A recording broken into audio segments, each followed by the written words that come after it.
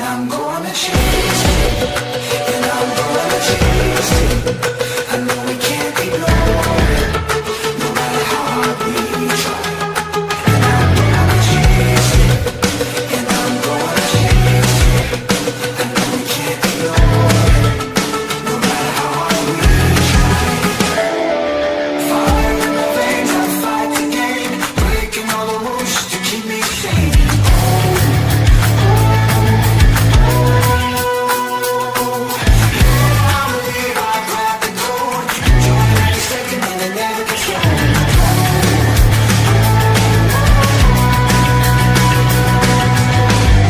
Living the moment till I die. And I'm gonna chase it, and I'm gonna chase it. I know we can't ignore it, no matter how hard we try. And I'm gonna chase it, and I'm gonna chase it. I know we can't ignore it, no matter how hard we try. No matter how hard we try.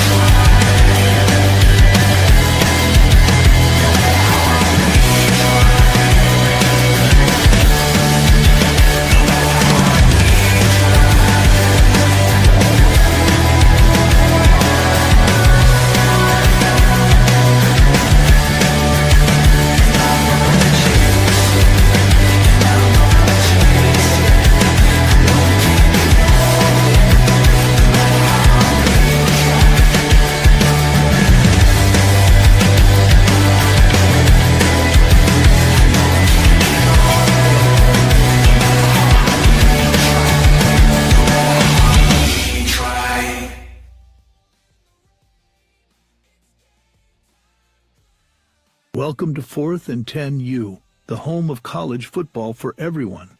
Whether you're a die-hard fan who lives for Saturdays or just getting into the game, you're in the right place. Hit that subscribe button and join the team. This is 4th and 10U, where every play is a chance to make history.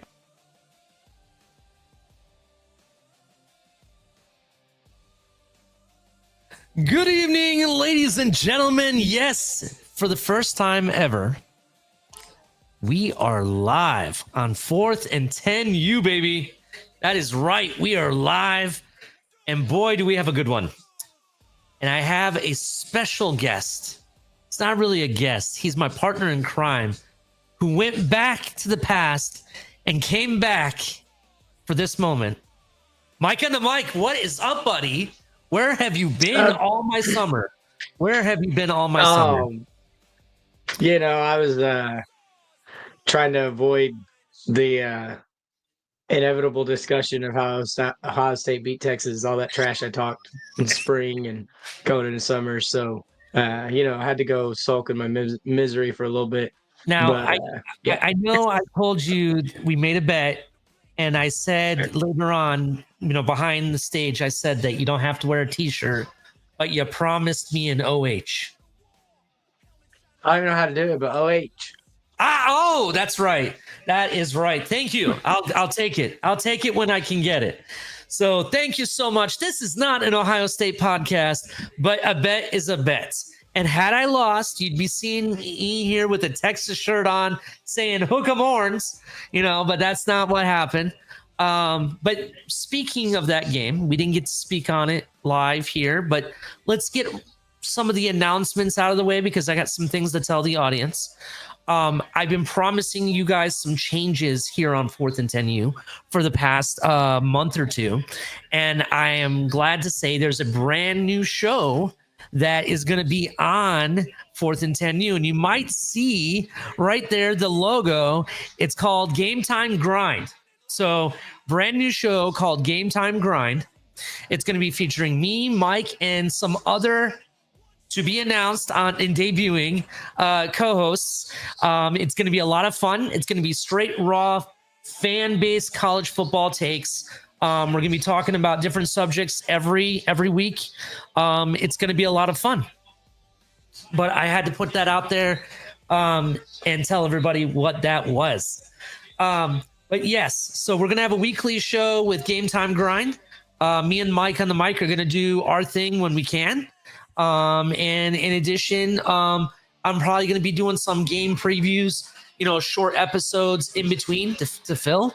So if you're brand new, make sure you subscribe, turn on notification bell for all the shows, and hit the like button.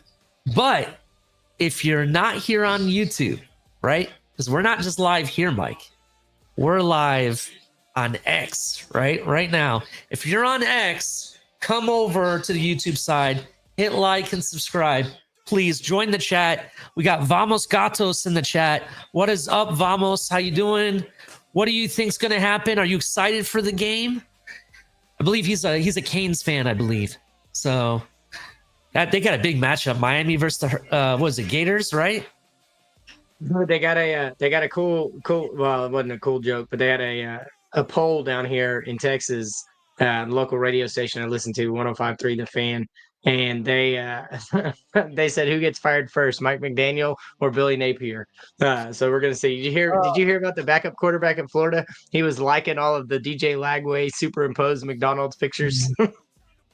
Look, I'll be honest with you. I honestly used to tell people that you go to a strip club, you can always see so much cheeks. But that was until DJ Lagway became the quarterback of Florida, because he's been nothing but cheeks. I'm sorry. That's what it is. I cannot believe this is a guy that some people thought is going to be the next biggest thing in the NFL. What, the next biggest thing to throw an interception? I mean, because that's all he does now, in my opinion. What was it like? I might be wrong on the number, but he got 5. I think he threw 5. Right? That's kind of ridiculous. Yeah. Damn. Anyway, nothing but that's funny. Make sure you hit the like button. But yeah, let's. So, tell me, like, what are your thoughts on this season? Like, what do you think so far? What are the biggest surprise so far? I mean, homegrown is Arch Manning struggles. I told you behind the scenes that I think if he can get his mechanics fixed, he'll be all right, and his talent will show through.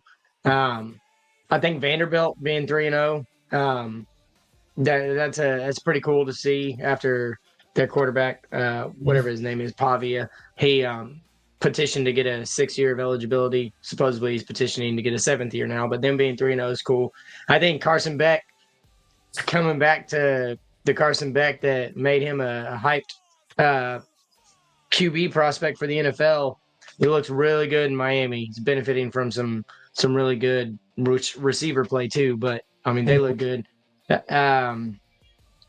Alabama not being Alabama is interesting. Oklahoma with Mateer, that's for me been really cool to see too. Didn't know what was going to happen, and he looks really. I think he's got 9 touchdowns and 3 interceptions or something like that. 900 something yards already. Mm-hmm. What else? Notre Dame being 0-2. I know they're playing Purdue, but go 0-3. That's gonna be tough to come back from. I think I got to give you props. Illini, number 9 in the country. If you were here before the summer started, yeah. If you were here before the summer started, Ali called that. I think the Big 12 having two. The Big 12 having 2 3-0 teams playing this weekend. Texas Tech and Utah. That's a pretty big early season matchup. Mm-hmm. But overall, I think it's man, I hate to say it, but it's until week 6, week 7, since the playoff starts forming, it's kind of just make it there at this point. So I think maybe one of the biggest surprises for me is my lack of interest in all the early season play. Other than the ranked matchups, I haven't really been paying attention. I mean, even with 2 losses now, you're gonna be able to get into the playoffs. So it's kind of, but it's been good so far. It's early. I don't know how I feel once about we get into conference play. It'll be cool. What's up? Yeah, I don't know how I feel about the 2 losses getting into the playoffs. Do you think a 2-loss team can really get into the playoffs? Yeah, Big Ten. If they're from the Big Ten or the SEC, I definitely believe it. I guess it's true. Ohio State did last year, so you're right. You're right, because we lost to Oregon and we lost to Michigan. You're right. I give it to you. Yep. Georgia, Texas lost to Georgia. Texas think- lost to Georgia twice. Yeah, I think it depends on who you beat, right? Because Yeah. prior to the loss to Oregon, I want to say we beat quite a few different ranked teams that season. So we'll see. Yeah. I think a surprise for me is definitely Illinois. Like it wasn't a surprise to me, but it was it's kind of surprising how well they're doing so far, right? I knew they were going to compete, but 3-0, it'll be interesting. Versus Indiana. Indiana is a well-coached team. That coach, I really appreciate the coach they have there, and what he's trying to do. I just think Illinois might be too much for them. That's my early prediction on that game. The other game I'm kind of excited about, speaking of Big Ten, Nebraska versus Michigan. Nebraska, if you remember, they got Dylan Raiola, upcoming quarterback that is probably people already talking about NFL already with him. Guys, mobile, strong arm. They went ahead and renovated, parts of their stadium, their field, and everything. They got a packed house. You saw that first game in the Kansas City stadium, and it was like a home. It was like every single person that goes to that school was at that game. It was ridiculous. That's how packed it was in Nebraska. You know what I mean? Yeah. So for me, it's like, can they beat Michigan? I kind of think they have a chance. A lot of people are really high on Michigan right now. I'm not. I kind of like, for me, it's kind of like their quarterback. And I'm not saying this as an Ohio State fan. I'm not. This is just as my perspective, right? I feel a lesser talented Oklahoma team took advantage of the noise and what they were doing to him. They got to him quick, right? Yeah. And it wasn't just all on him. Yeah, it got some of their other players got shook a little bit, and they lost that game, rightfully so. I personally think Nebraska could bring that type of I think they have some players that can get to him very quickly, right? And get under his skin a little bit and, see what he does. I think he has a little bit more to prove. That's what I want to say about that team up north, to be honest. So what are your thoughts? Fair. That's fair. What do you think? I think he's been every bit as advertised, but I do think he can be rattled. He is a young quarterback. So Bryce Underwood, but he looks great. I mean, they paid him enough. He better look good. That's all I got to say. Hey, block field goal. Wow, that sucks. We are Miami Dolphin fans, so yeah, at least. Why did you lose your bet just then? Yeah, I did. Yeah. Damn. Okay. No worries. It was only $5. Not a big deal. And they got a sack, dude. Yeah, that's a shame. Hey, it worked for my Rangers. We have this reverse psychology, me and my buddy do, to where we just talk so much crap about the team.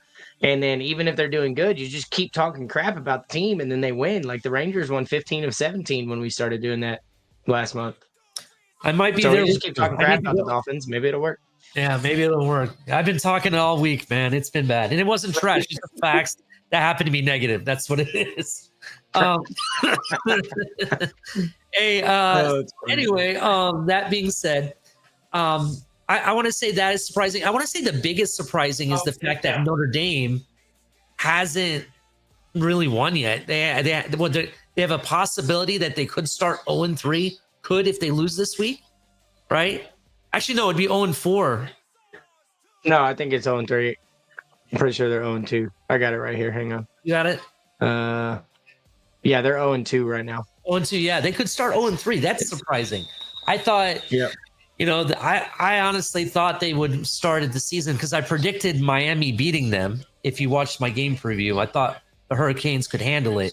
And I predicted a 1-1 start for Notre Dame, not an 0-2 start. So we'll see. But Purdue, they're 2-1. It's whatever. It is what it is. But Notre Dame better win. Yeah, they could definitely win. But if there's a team that's going to pull off an upset, watch Purdue do it, though. Right? Purdue's in the same state, too, isn't it? Isn't it right there? Yep. Yeah. Yeah, so it'll be interesting. What else? What other matchup? I think the other biggest matchup that I'm excited for is and I mentioned it earlier, the Gators versus Hurricanes game. That game is going to be, packed. Miami is on a high. They started the year already 3-0. Carson Beck is the leading person for the Heisman in my book. I think he is. Guy has elbow? Was it Tommy John surgery? And he's still already looking like he has a strong arm. No issues. Well, he looks better than he did before he left Yeah. Georgia. That's for dang sure. Yeah, and that 16-year-old or 17-year-old they have over there, Malachi Tony, that guy is fire, bro. I like him, and I also like Daniels. I think they have a kid named Daniels, the guy that he made that. Yeah, he made the catch of the year. It would be so hard for somebody to beat that catch. That was unbelievable. That one was ridiculous. There was another catch, but he dropped. He transferred out of LSU. Yeah, he did. There was a catch that was made. It was partially made, but he ended up dropping it in the end. But had it been a catch, I kind of feel that it could have competed with that one. It was this past week. I don't know, man. That catch. I mean, that you're gonna see. Right. I think that's gonna be the that catch was that was Odell Beckham. That was Julio Jones. That was Calvin Johnson, all in one catch, man. It was unbelievable. I probably watched the video 20, 25 times. I just couldn't believe. And like every angle, now they got the videos that come out where you see it from different angles and everything. And every angle you see that catch, it was just that was a hell of a catch. Yep, 100% hell of a catch. What was I going to tell you? But yeah, those are my thoughts of just kind of catching up on biggest surprise. Let me ask you, why did you throw that to him? Yeah, sorry. It's all right. So speaking of matchups, the big matchups, right? We kind of gone into this already a little bit. So you got games like Notre Dame and Purdue. That's an in-state, type game. That's going to be interesting. Nebraska, Michigan is going to be interesting. Well, how do you feel about the Oklahoma Auburn game? I think I think there's a ton of storylines in that. ESPN is going to love that game with Jackson Arnold being at Auburn and looking the way he does. And then OU with Mateer coming in 3-0. I think it's going to be so. The reason I think Oklahoma probably wins is because that team that Oklahoma, Brett Venables and all them, they know exactly what Jackson Arnold does. They know how he struggles. They know where his strengths are, his weaknesses are. The Auburn play calling is going to have to be unbelievable because I think if they can catch Arnold looking like he did last year when he was playing for Oklahoma, I think Auburn's going to struggle in that game. And that kid Mateer, I don't know the numbers. I know he's running the ball like a big chicken with his head cut off. He's been killing it, but I believe he has 900 and something yards already through 3 games too. So maybe OU has a quarterback. I think that game's going to be interesting to watch. But I do like the storylines of Arnold playing OU. I think you don't get to see that very often where you transfer out and the very next season you play the team you transferred from. So I think that'll probably be ESPN's favorite game of the weekend, just to because they can talk about it for days. So it'll be fun. I tell you what though, I tell you what, my favorite game of the weekend is Texas Tech and Utah.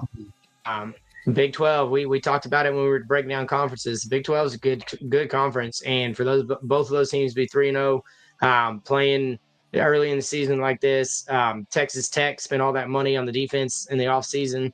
They look really. Their defense looks up to par. I believe they've only given up like 200 and something yards rushing through 3 games, and Utah's playing well. So that's gonna. I know it's Big 12, so it's not flashy or fun for some people, but Big 12. I'm in Big 12 country, but it's gonna be interesting to see. I think that game and Tech in general is a prime example of what the NIL is doing. Is they bought a defense, and their defense through the first 3 games has been night and day different from where they were. So their defensive line is really, really good. So it's going to be. I think that's going to be one of the most fun games of the weekend. Well, it's either going to be a fun game or it's going to be a blowout by Tech. But that's going to be fun to watch. I think for me, that's my favorite matchup this week, other than Miami, Florida. That's I have different reasons why I like that game. My dad being a Gator fan, but shout out to Bullet Bob. But yeah, so my favorite game of the weekend is Texas Tech, Utah. Yeah, I kind of like that game too. I'm kind of excited for it. I think there's some possible, quarterback duels going on there with that game. Going back to the kid from Oklahoma, Mateer, he had 3 games, 944 yards. That's almost 1,000 yards in the first 3 games. Has like 5 touchdowns or something? It's something. Yeah, it's either 5 or it's 5 or 9. Let me go back. I had it pulled up. 3 interceptions, and for rushing, he already has. Yeah, he's been running the ball like crazy. He has a total of 9 total touchdowns altogether, right? Yeah. And I just happened to look last year at Washington State, I believe he was at. He had over 3,100 yards passing and over 826 yards rushing last season. Yep. Right? Yeah, it's almost 3,000, 1,000 is hard to do. Yeah, so let's see what he does. That'll be really interesting. You mentioned the QB. You mentioned the QB battle. That Texas Tech quarterback Morton. I don't know his first name, but he's got 923 yards, 11 touchdowns, and 1 interception already. Dang. Yeah, that's pretty gnarly. It's pretty gnarly, to be honest. Yeah. So that's why if Utah's defense doesn't come into play, that's why I say it could be a blowout by Tech. But if the defenses both show up, that's gonna be a fun game. Definitely. And just give me 1 second. I was looking at stats. I'm gonna run through the rest of the games this weekend. We got UAB versus Tennessee, Oregon State, Florida State, and Kent State. Florida State trying to go 3-0. Auburn, Oklahoma, we talked about that. Tulane and Ole Miss. They're both 3-0. Ole Miss should walk away with that one. Michigan, Nebraska, you talked about that one. Temple and Georgia Tech, South Carolina and Missouri. That might be South Carolina without Lenore Sellers, but we'll see. Florida, Miami, Illinois, Indiana, Vanderbilt and Georgia State. Vanderbilt trying to go 4-0. LSU and Southeast Louisiana. LSU trying to go 4-0. Texas plays Sam Houston, trying to go 3-1.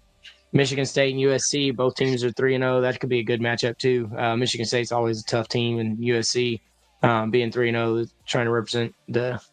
What are they? Are they even in the Pac-12 anymore? I always forget. Who? What was the team that I just said? Hang on. Oh, USC. USC? No, USC's Big Ten, bro. Yeah, Big Ten. Okay, I couldn't remember. So yeah, it's USC. It's interesting. They're what they got going on is interesting. They're also 3-0. They got got a Big Ten matchup with Michigan State. It seems like everybody's 3-0 right now. That's what it feels like. But yeah. Hey, you hush your mouth. My Longhorns are 2-1, jerk. Hey, I didn't say you were part of the Big Ten though. Everybody in the Big Ten. Okay, that's fair. Let's actually clarify. Thank you. Great segue to talk about this right now, right? What do you think about the SEC versus the Big Ten? Do you think it's just tied, or do you think that the Big Ten maybe has the SEC number? How do you feel about it right now? Let's see the Big Ten go on a run like the SEC has before they take the top dog as far as the best conference in football. I think they're 1 and 1A right now. I think the Big Ten is by far the second best conference in football. But I think they're top heavy as far as actual playoff contenders, where the SEC goes 6-7 deep, where they're playoff contenders. But I do think the Big Ten. I mean, there's no question about it. They're the best, second best conference in football, and if they win another championship and then another championship, and they start going on a run like the SEC did in the 2000s, 2010s, then you could see actually a change of color guard or whatever, where the Big Ten is the top conference. But as far as right now, I just think it comes down to how many teams from the Big Ten will actually contend in a playoff. And I just think it's Ohio State and Penn State I don't really think anybody else from the Big Ten right now would make my knees shake as far as a playoff matchup. Yeah, I mean, right now the Big Ten has back-to-back championships, right? Holding the Natty. At least we're the national championship and national champion until the next one gets crowned. To be honest, so there's that. But I will say this: never in the history of the college football playoff have you seen a team go on a run like Ohio State did Agreed. in the playoffs, playing so many ranked teams in a row like that. Now Tennessee, to be honest, some people say that, that was just a warm up, really. But if you look at the entire season as a whole and what they went through, how many times we went up against top 5 or top 10 teams and won, it has to amount to something. So there's that. We'll see. I kind of think, speaking of Ohio State, I'm actually surprised as how well their defense has transitioned.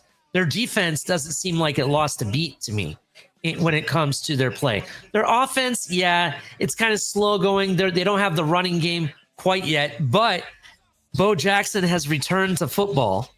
As that guy's for real. I don't know if you watched him recently, but yeah, Bo Jackson, the kid, really, he's a running back, right? He showed against I want to say it was Grambling and also against Ohio. And granted, it's Ohio. I get it. In Grambling, I get that. But he's definitely showed promise. He definitely shows that he has the, as I like to call it, the dog in him to get things done when it needs to, right? So I think I'm really surprised about how well he's done so far compared to who people thought would be the replacement for Trevion Henderson, for example. Right. We have CJ Donaldson, who he's not bad. He's a big guy. He did really good against Texas. Say what? Say that again. I said he did pretty good. CJ Donaldson was doing pretty good against Texas. Yeah, so he's definitely a guy. So I think it's been slow just figuring that out. We still got the receivers. I still got Jeremiah Smith. I still have Carnell Tate. The one guy that I want to see more of, there's two guys I want to see more of is Brandon Inniss. Brandon Inniss was touted a possible 5-star recruit out of Florida, right?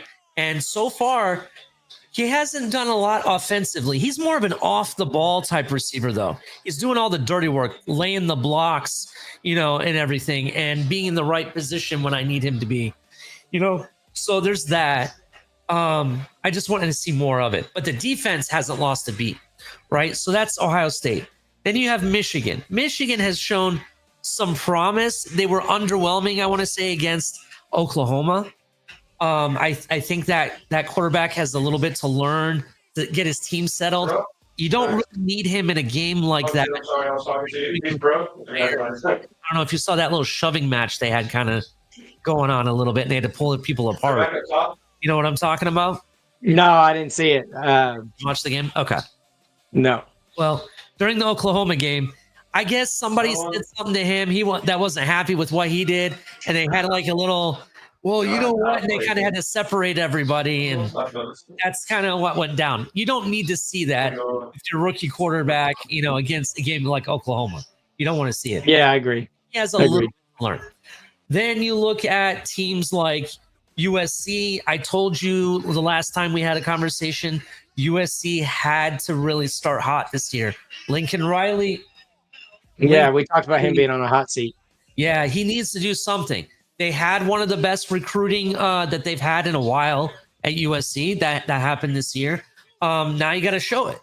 Well, they started off good. They need to keep rolling with that. That's where I think USC. It starts this weekend. If they can get past big Michigan State, you can start talking about they're going to make a run. Offensively, what do you think of Oregon, man? The guy Oregon looks hot right now. Their quarterback is good. They're lighting up the score. They're lighting up the scoreboard like Oregon of old. Really, is what it seems like. Hey, there we go. Yeah, it's it's a matter of time before Oregon gets one. I'll say that. Yeah, definitely. I agree. It'll be a matter of time. Everybody right now.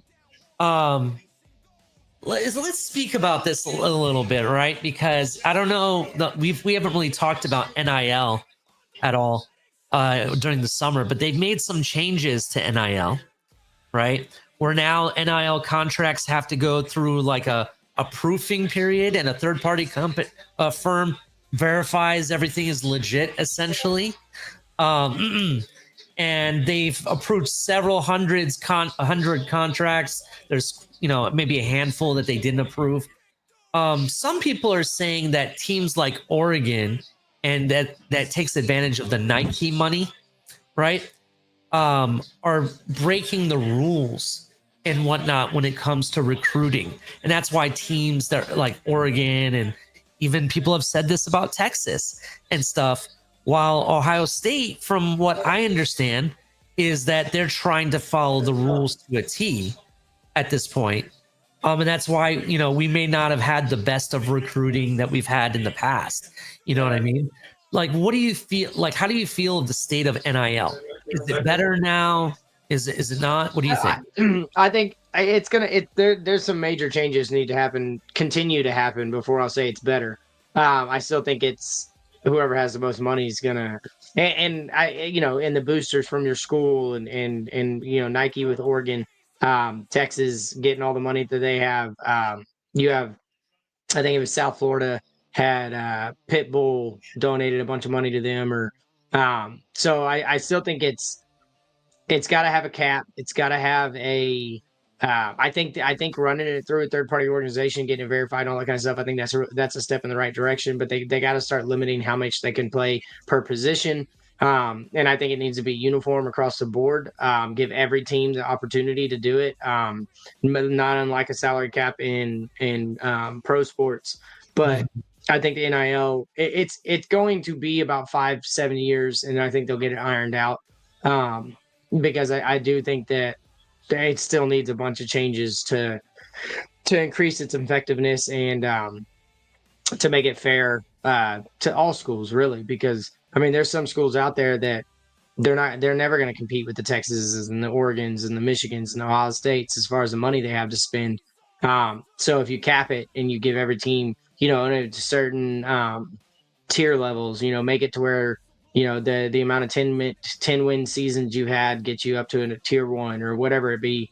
Just structure it to where all the schools have the level playing ground, because right now you got the most money, you're going to be the best, you're going to get the best recruits. And I think it's kind of I think the downside is still that you see these athletes that would go to blue blood schools in the past, just because of their reputation. The schools, the Alabamas, the Georgias, the Texas, USC's back in the 2000s.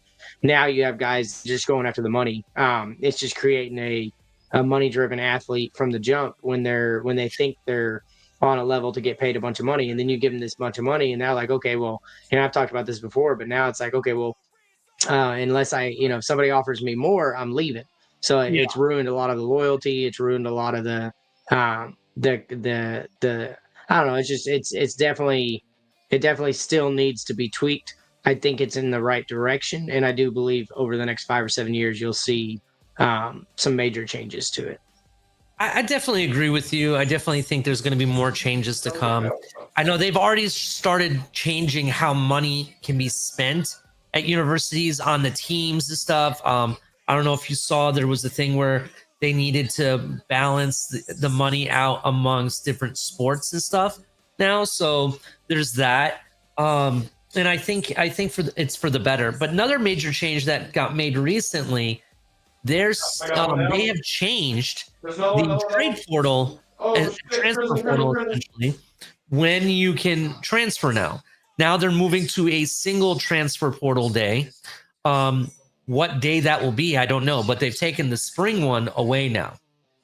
Well, I think we talked about that a couple shows back. 3 or 4 months ago, we talked about how you had teams preparing for the bowl games, the Cam Awards and things like that. And then the leaving early is one thing, but now you have teams that are like the players that, well, I'm transferring out and during bowl season. Like your players still have, your team still have the games to play, and that the transfer portal was hurting them in a sense. So I do think it's I do think eliminating the spring one is going to be really, really good for the sport as a whole. Mhm. Um, so because I think you'll have more. I hope you'll see more athletes staying at their schools, because you know how I feel about transfer portal. I don't think you should be able to transfer out unless your coach leaves, or extenuating circumstances with family illness, or you being closer to home, whatever. I think this transfer whenever I want is an easy way out. And the guy John Tay Cook, who's on his like third or fourth team since he left Texas, it's just dumb. I think it creates a lazy society as far as college athletes, because um, they don't want to work hard anymore. They're like, oh, I can transfer here and start, but I couldn't start here. So um, everybody that's coming in, thanks for coming in. I know it's halftime of the Dolphins game. A lot of our Miami Dolphins community probably going to tune in. Make sure you hit the like button. Make sure you hit subscribe.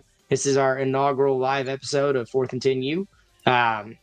So we appreciate you watching. Jump in the chat. I'll interact with you there. And you got any questions, shoot them out. Want to follow along with us on Twitter as well. And if you are over on Twitter watching us at 4th and 10U, and then at Ali the Persian, come on over to YouTube. Give us a like and give us a subscribe. Let's get to 100 over the next few months. It'd be pretty cool. We'll do a special show. But appreciate all y'all that are coming in. Yes, and can't wait for the brand new show that'll be played here weekly, called Game Time Grind. It's going to be a lot of fun. I can't wait to introduce some of the new hosts that we're going to have here. It's going to be a lot of fun. That being said, we talked about the big matchups. We talked about NIL. We talked about some of these things. We talked about the Heisman, right? Arch Manning was the name all off season. Arch Manning. He is the next left arm of God. Whatever we've heard from Arch Manning, he's gonna live up to his legacy. He's better than both of his uncles combined. That's what we heard. Come Texas game, it didn't look pretty. It didn't look good. It wasn't until Sarkisian really started moving the offense to be more hurry up offense and started moving things left, right, trips with motion. That's when he looked the best. And personally, I kind of blame Sarkisian for your loss, only because of the fact that you played so conservative during most of the game. He decided to switch it up too late, in my opinion. No, in my opinion, he handcuffed Arch in that game, and he restricted the play, the natural abilities the kid has. They kind of started letting him go in the second game, but he still doesn't look all that great. In the third game, he still doesn't look all that great. His feet are out of whack. He's not pointing his toes. His whole body's not in rhythm right now. He's not. It's not one fluid motion, and so he's having to sidearm balls and everything because his feet are out of position. So, but yeah, he definitely, after being such a consensus Heisman favorite, it's definitely looked pretty bad. He's gonna have to have a remarkable finish to his season to catch guys like Carson Beck and Lenora Sellers. Yeah, 100%. So let me ask you this, we're just comparing it right now because the fact that he's Arch Manning is your guy. We recently played our games, Ohio State versus Texas. You mentioned that Julian Sand kind of surprises you, right? I did not know his accuracy was like it is. Yeah, that I'm not gonna lie, he's surprising me. I think what I'm more surprised about. I got go ahead. I want to circle back to Arch Manning here in a second. No problem. We can. I think the most surprising thing when it comes to Julian Sand, is I knew he had a strong arm, and I knew he is athletic, like he can do some things, which he hasn't really fully shown yet. But it's his confidence and his demeanor that I think I'm most surprised with. He just seems so calm and collected back there. He doesn't seem like he gets rattled. I think the most emotion I saw out of him was against Ohio, and Coach Day was like pissed that we couldn't get it in the end zone because our red zone wasn't performing, right? Red zone offense. And he says something to him and he yelled back. I think that's the most emotion I've seen from him yet. And even after that, he looked like nothing bothered him, and he throws it down the field like it's nothing. So I think that's what's Yep. really surprising. But going back to Arch Manning real quick, another thing that I think I gotta hang on. I gotta tell you. Oh, actually, you go ahead and I'll close it. I'll close the Arch Manning discussion with my interesting tidbit that I have. Arch Manning, I think, kind of also got surprised by the style of defense that Ohio State brought in that game. They brought a never before NFL defense, not your standard Jim Knowles defense. That's what they thought they were bringing. All the people were saying, "Oh, they're just going to run Jim Knowles defense, and he's going to call it." You know what I mean? No, he didn't. They kind of covered some things, and I think they did stuff that they never seen before, and I think that kind of alluded to why he also got rattled very quickly. But go ahead with what you're going to say. Definitely. So it would be super awesome if Arch Manning won the Heisman. But when looking at a quarterback that about 7-8 years ago now, this quarterback had through his first 3 games of his freshman year or first year starting, he had a 46% completion percentage, 540 yards, 3 touchdowns, 0 interceptions. Arch Manning, through his first 3 games starting, has 55% completion percentage, 579 yards, 6 touchdowns, 3 interceptions. So the numbers are super similar. He's a little more accurate, definitely more TDs, but he also has more interceptions. But that's 2025 Manning through 3 games compared to Joe Burrow in 2018 through his first 3 games. When Joe Burrow was, and one of those games was against Texas. And so I'd rather Arch Manning finish the 2025 season like Joe Burrow finished the 2018 season personally. So for Heisman or not, I do think that he does have all the skills. You can't argue against it. But he's got to get comfortable. He's got to fine tune his mechanics. He's got to put in the work. And Sarkisian's got to take the handcuffs off of him and let him play football. But yeah, I just thought that was interesting that Joe Burrow, because I didn't think Joe Burrow, I wouldn't have considered him struggling in 2018. I thought he was just getting his feet wet and getting, they were 3-0. And so, but Arch Manning through his first 3 games, the stats lines, I mean, yeah, they don't look flashy. They're not like the 900 yards some of these other kids have at some of these other schools. But he's doing, I mean, he's going to be fine. Do I think he wins a Heisman? Probably not. He's going to have to go superhuman the rest of the year. Or the other guys are just going to have to crumble. Lenore Sellers has a significant injury, then he's out for more time. Then he drops Carson Beck. If he looks like the Carson Beck, if he regresses to the Carson Beck that was his final year at Georgia, maybe he slides out. But I do think Arch Manning's going to be fine. I think Texas runs the table to the playoff from this point. And not just because I'm a Texas fan, but they were my favorite. They were my favorite in the beginning of the year to win the championship this year.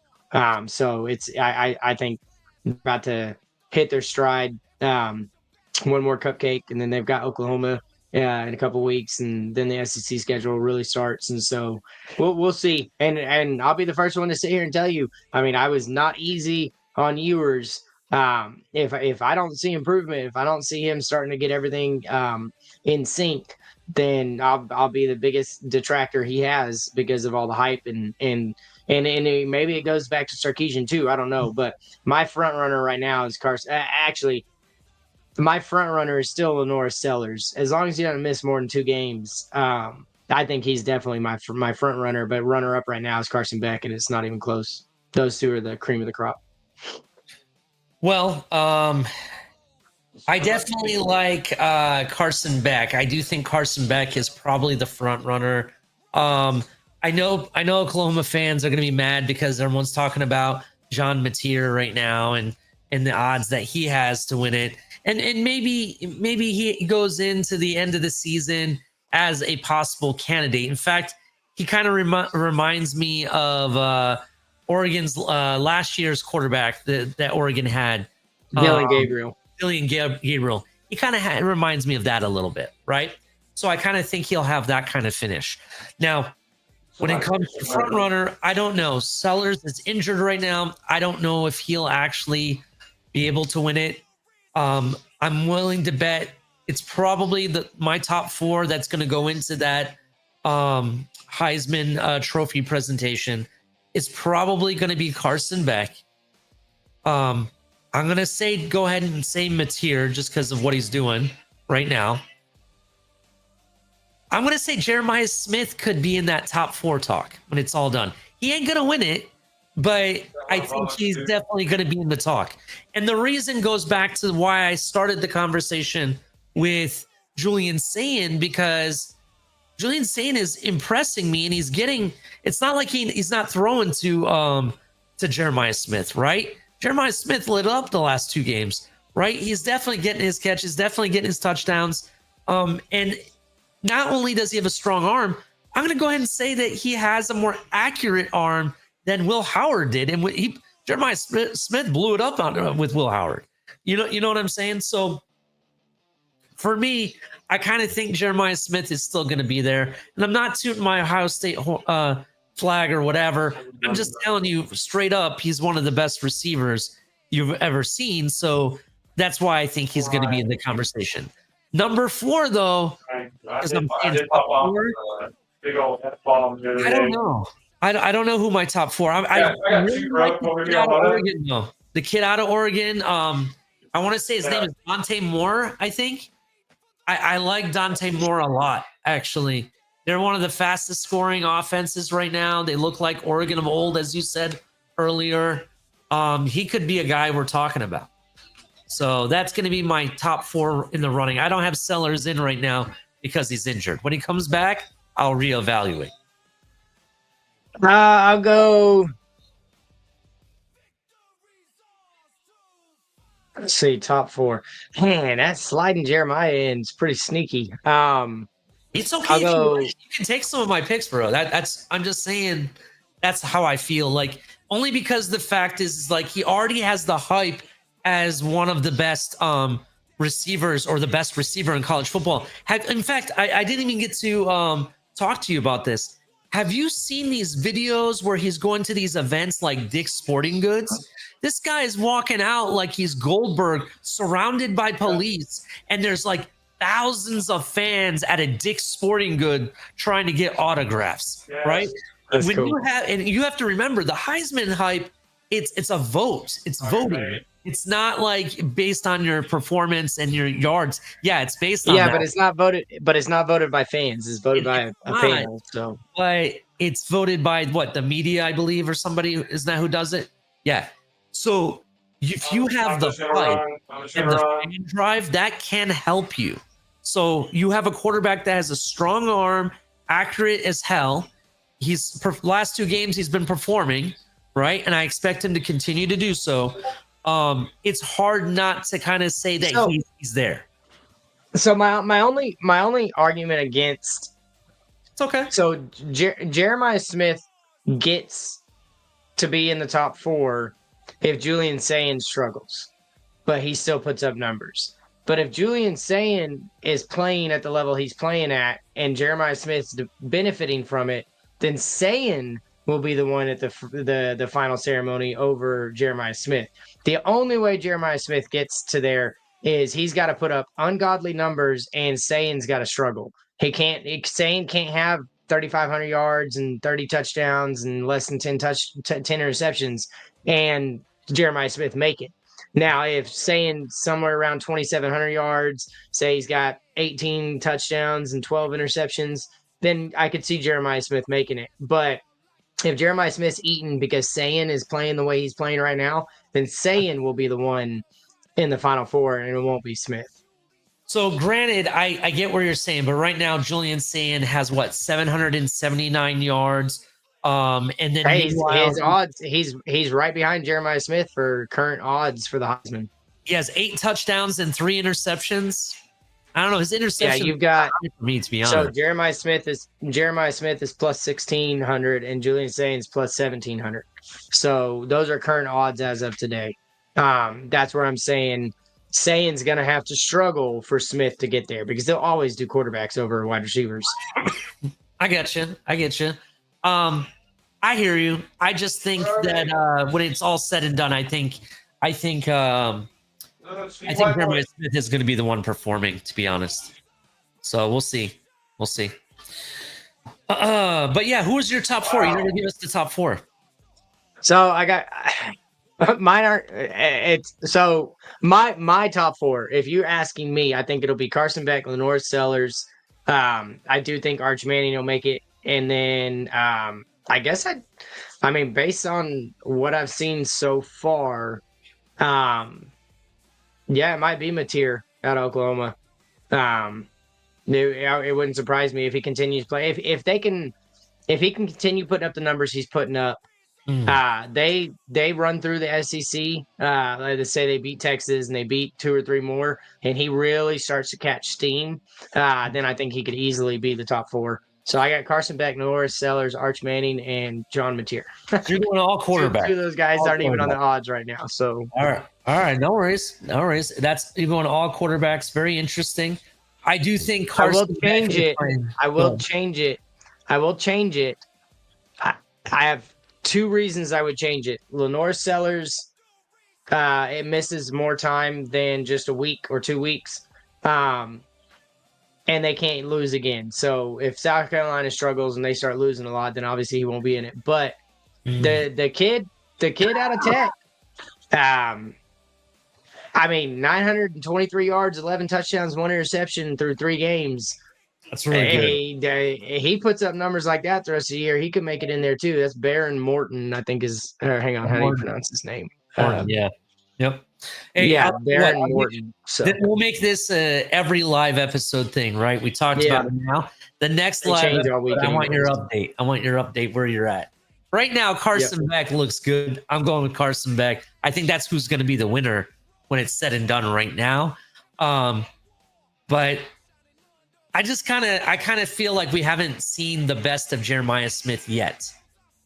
So you gotta think about that kid down there in Alabama too, Ryan Williams, because you want to talk about wide receivers that are worthy of the Heisman. That dude's a monster. He's not as big as Jeremiah Smith, but boy, that dude is quick. He's one of the quickest wide receivers I've ever seen. They're the same age too. While I agree with you, he's a monster. I'm sorry, but Jeremiah Smith, in my opinion, is a god wide receiver. That's what I'll call him. He can be the monster. So Ryan Williams reminds Ryan. Go ahead. I'll wait till you're done. I was just gonna say Ryan Williams reminds me of Pete Tyreek Hill. We'll see what happens. But here's the kind of thing that I don't think he has a chance because I don't believe in Alabama's quarterback. Did you watch that FSU game? Yeah. That game was ridiculous. And what I saw from that quarterback, they didn't have a prayer, bro. Yeah. They didn't have a prayer. Yeah. That quarterback needs to they need to figure some things out there, to be honest. You know what's funny about you saying that is according to the odds, he is plus 2,000 to win the Heisman. Ryan Williams? Alabama's quarterback. No, Alabama's quarterback. I think it should be plus more than that, to be honest. That's crazy that he's even on the top. I want to say they probably have that only because the fact that it's Alabama quotations. You know, the SEC. Well, I mean, I would say you're right, except listen to these guys. Bo Pribula, I don't know how you say it, out of Missouri. Baron Morton out of Texas Tech. Fernando Mendoza out of Indiana. Jackson Arnold. Thomas Castellanos out of Florida State. Jaden Maiva out of USC. Devin Dampier out of Utah. So, and then you got Marcel Reed out of A&M, who I think could be a sleeper, honestly. But I think maybe it has to do with Alabama, or maybe he's shown enough they think he's going to get on a roll. I don't know, but yeah, it is. Maybe it's just because he's at Alabama. Yeah, I get what you're saying. I forgot about that. I forgot about that kid though at A&M, Marcel Reed.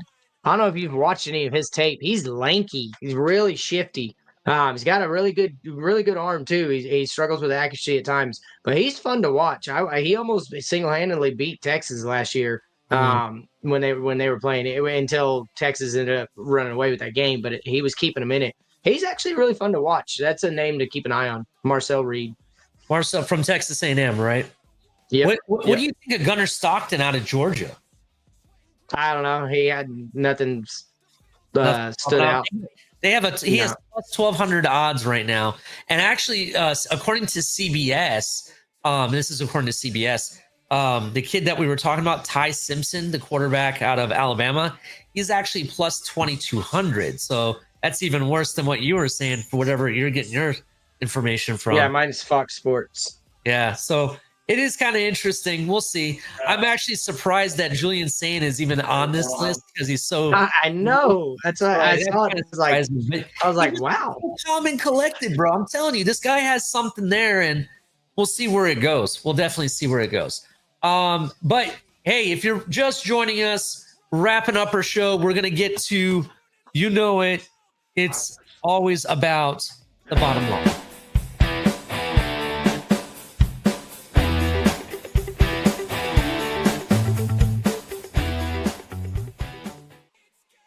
So the bottom line for me, Mike, is all of this surprising games that we've had, right? The big matchups. We had the Texas and Ohio State game. We thought it would be, I told everybody it was going to be much closer. This ain't, going to be like we win by a touchdown or something. I thought it was going to be close. I was even slightly maybe giving you guys an edge at one point. That game ended up being surprised because Arch Manning led everyone down, right? And then on top of it, you got Miami beating Notre Dame, and that was a hell of a game, right? And Alabama getting destroyed by FSU. I feel like we haven't talked about FSU. They're one of my surprise teams this year. They've been in the mud for the past 2 or 3 seasons. I didn't really think anything from them.